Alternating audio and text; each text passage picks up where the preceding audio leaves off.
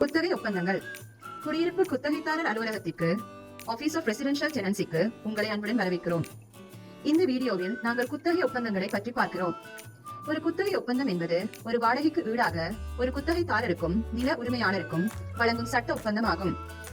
வாடகைக்கான விதிமுறைகள் அல்லது விதிகள் இதில் அடங்கும். இந்த ஒப்பந்தம் இரண்டு வழிகளில் ஒன்றில் செய்யப்படலாம், வாய்மொழியாகவோ அல்லது எழுத்து மூலமாகவோ. ஒரு எழுத்துப்பூர்வ ஒப்பந்தத்தில் அனைத்து தரப்பினரின் சட்டப்பூர்வ பெயர்கள், வாடகை சொத்தின் முகவரி மற்றும் செலுத்த வேண்டிய வாடகை தொகை போன்ற தகவல்கள் இருக்க வேண்டும். தேவைகளின் முழுமையான பட்டியலை ORT வலைத்தளத்தில் காணலாம்.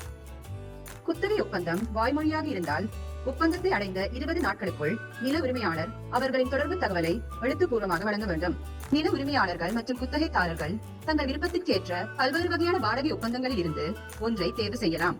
மாதம் முதல் மாதம், வாரம் முதல் வாரம் மற்றும் நிலையான கால குத்தகைகள் சிறந்த உதாரணங்கள் ஆகும். முறையான அறிவிப்பு மூலம் சட்டபூர்வமாக நிறுத்தப்படும் வரை மாதாந்த அல்லது வாராந்த வாடகைகள் தொடரும்.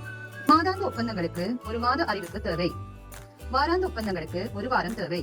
இரண்டு சந்தர்ப்பங்களிலும் குத்தகைதாரர்கள் வாடகைக்கு முந்தைய நாள் வெளியேறும் தேதியை அறிவிக்க வேண்டும்.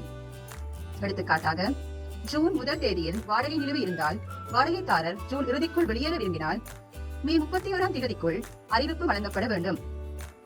கடைசியாக, ஒரு நில உரிமையாளரும் குத்தகைதாரரும் வாடகைக்கு ஒரு குறிப்பிட்ட காலக்கெடுவை ஒப்புக்கொள்வது ஒரு நிலையான கால குத்தகை. இந்த ஒப்பந்தங்களுக்கு ஒரு நிலையான முடிவு தேதி உள்ளது. தொடக்கத்தில் இருந்தே இறுதி தேதியை இரு தரப்பினரும் ஒப்புக்கொண்டதால் வெளியேறுவதற்கான அறிவிப்பு தேவையில்லை. ஆனால் வாடகை முடிவதற்கு 2 மாதங்களுக்கு முன் நில உரிமையாளர் புதுப்பித்தல் விதிமுறைகளை வழங்க வேண்டும், அல்லது குத்தகை புதுப்பிக்கப்படாது என்று குத்தகைதாரருக்கு அறிவிக்க வேண்டும். இதன் மூலம் குத்தகைதாரருக்கு அவர்கள் காலத்தின் முடிவில் வெளியேற வேண்டுமா என்பது தெரிய வரும். இங்கே ஒன்றை நினைவில் கொள்ள வேண்டும்: ஒவ்வொரு குத்தகை ஒப்பந்தமும் நிலையான நிபந்தனைகளை பின்பற்ற வேண்டும். இது மாகாணத்தில் உள்ள ஒவ்வொரு வாடகைக்கும் பொருந்தும். சட்டப்படி ஒவ்வொரு எழுதப்பட்ட குத்தகை ஒப்பந்தத்திலும் நிலையான நிபந்தனைகளின் நகல் சேர்க்கப்பட வேண்டும். எனவே இது எப்படி நடைமுறையில் சாத்தியமாகிறது? உதாரணமாக, வெளியேறும் போது குத்தகைதாரர் வாடகை சொத்தை நியாயமான முறையில் சுத்தமாகவும் சேதமடையாமலும் விட்டு வர வேண்டும் என்ற நிலையான நிபந்தனைகள் எடுத்துரைக்கின்றன. குத்தகைதாரர்கள் வெளியேறும் போது தரை விரிப்புகளை தொழில் ரீதியாக சுத்தம் செய்ய வேண்டும் என்று குத்தகை ஒப்பந்தம் கோரினாலும், குத்தகைதாரர் அவர்கள் வெளியேறும் போது தரை விரிப்புகள் நியாயமான முறையில் சுத்தமாக இருந்தால் அதை செய்ய வேண்டியதில்லை. நிலையான நிபந்தனைகள் எப்போதும் வெல்லும்.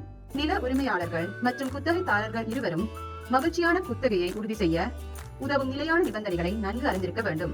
மேலும் தகவலுக்கு www.saskatchewan.ca/ORT என்னும் வலைத்தளத்தை பார்வையிடவும்.